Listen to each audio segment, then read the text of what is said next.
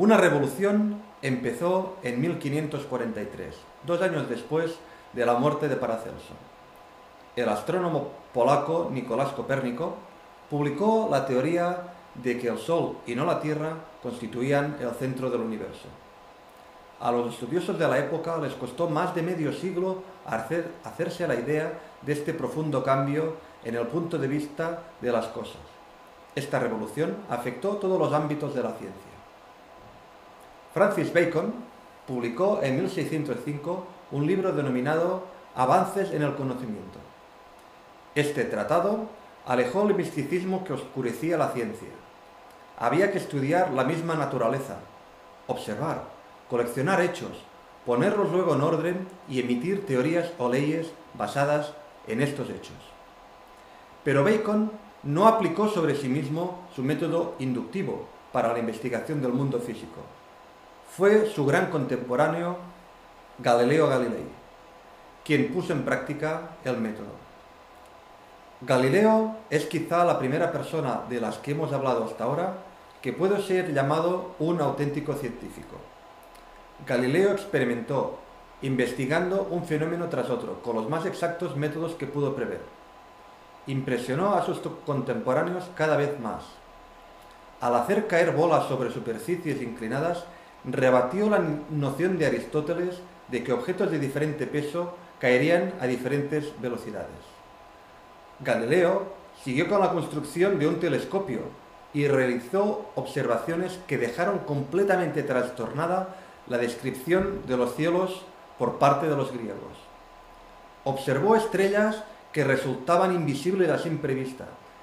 Divisó montañas en la Luna y descubrió que el planeta Júpiter poseía 4 pequeñas lunas. Galileo no había sido el primer hombre en observar, medir y experimentar, pero fue el primero en elevar este método a un sistema y popularizarlo. Escribió libros y artículos acerca de sus descubrimientos en italiano en vez del latín. La revolución científica que Galileo había iniciado afectó a todas las ciencias, incluyendo la alquimia. Un alquimista flamenco, Jean-Baptiste van Helmont, estaba especialmente interesado en los vapores. Dado que los vapores constituían una clase de materia sin forma, en un estado al que los griegos denominaban caos, Van Helmont adoptó este nombre para el vapor y, pronunciándolo a la flamenca, le llamó gas. Descubrió que el gas producido al quemar carbón vegetal apagaba una vela.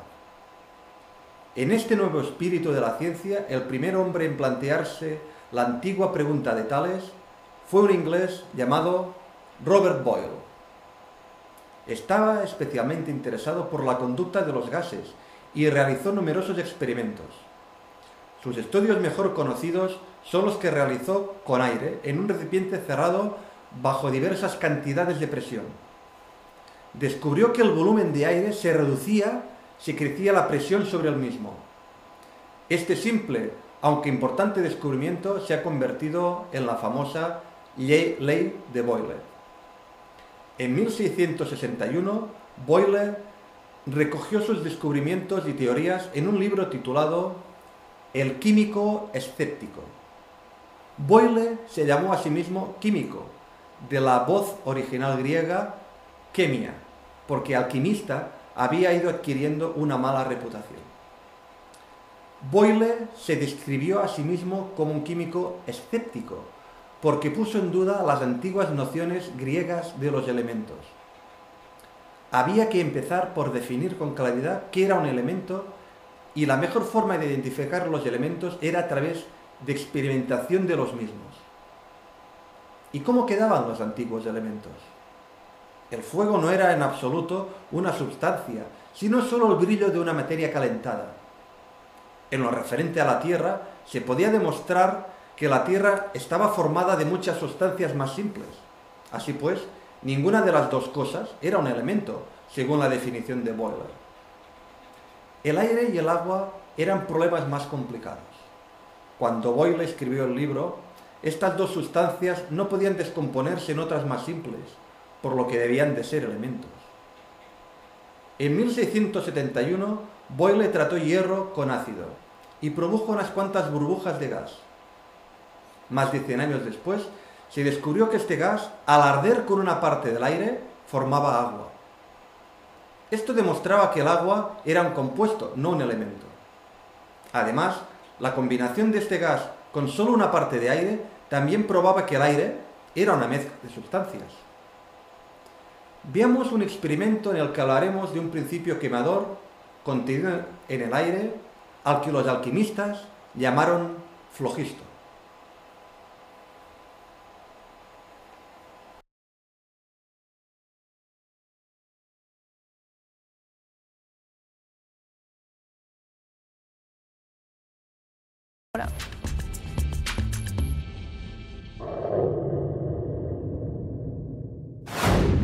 Bé, Pep, en els capítols anteriors hem fet d'alquimistes, però ara ja ens hem pres una mica més seriosament i ens hem posat una bata de laboratori i estem a davant de la Facultat de Ciències. Avui, què et sembla si parlem una miqueta del llegat que ens varen deixar els alquimistes? Molt bé. Mira, els alquimistes varen fer alguna cosa bona, perquè varen investigar molt amb els mitjans que tenien. Esclar, hem de pensar que estem parlant de fa més de 400 anys enrere. Una de les coses per això que varen inventar és una cosa molt divertida, que és el flogist. N'has sentit a parlar, Pep, del flogist? N'he sentit a parlar del flogist, sí, sí. El flogist és un invent molt curiós. Deien que la matèria que era capaç de cremar, un dels seus components era el flogist. I varen investigar per intentar descobrir de què estava fet el flogist. I avui farem un experiment, Pep, per intentar descobrir un dels elements que formaven part del flogist. Què tens preparat avui, Pep, aquí? Aquí tenim preparat un experiment que el farem amb aigua oxigenada, Molt bé. amb peròxid d'hidrogen. El peròxid d'hidrogen, que tu diguis que és aigua oxigenada, què és? Que és aigua normal, que hi has afegit oxigen? És aigua amb més quantitat d'oxigen. Molt bé. I el que veurem aquí és aquest desprendiment d'oxigen d'aquesta aigua oxigenada per donar aquest oxigen i aigua. Doncs com hem dit, en aquest primer experiment agafarem aigua oxigenada, la qual és com l'aigua corrent, però amb més quantitat d'oxigen. Ara mateix s'està desprenent oxigen d'aquesta aigua oxigenada, però no ho veiem, perquè aquest desprendiment és molt i molt lent. El que farem primer de tot és colorejar aquesta aigua oxigenada per fer l'experiment més visual. Amb aquests colorants vermell i groc aconseguirem un color taronja. Ara afegirem una mica de sabó a l'aigua oxigenada, que és el que ens ajudarà a veure com es desprèn aquest oxigen, el qual podrà inflar aquest sabó i formar bombolles.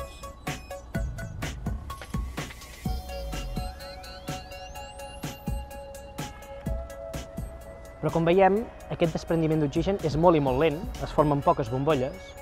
Per tant, necessitaríem un accelerador d'aquesta reacció de desprendiment d'oxigen. I el que farem servir és el iodur de potasi, que serà això, el catalitzador d'aquesta reacció. Aquest catalitzador ens accelerarà el procés de desprendiment d'oxigen de l'aigua oxigenada.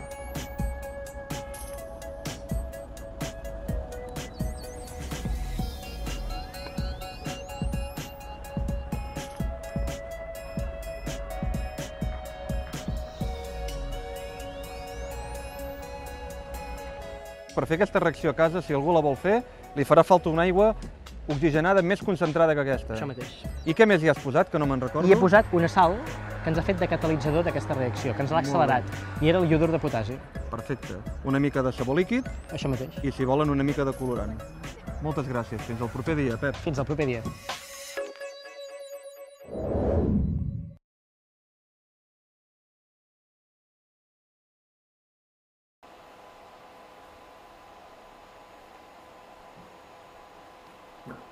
Aquí. 1, 2. Algunas de las sustancias que los griegos conocían, pero a las que no llamaban elementos, llegaría el momento en que se convirtieran en elementos. Uno de ellos era el oro, pero había otros 6 metales que demostraron ser auténticos elementos: plata, cobre, hierro, estaño, plomo y mercurio. Además se conocían desde la antigüedad otros 2 elementos: azufre y carbono. En su busca de una forma para fabricar oro, los alquimistas descubrieron varios auténticos elementos. En esta época, el arsénico, el antimonio, el bismuto y el zinc. Así pues, en la época de Boyle, 13 sustancias que llegarían a convertirse en elementos habían sido ya descubiertas.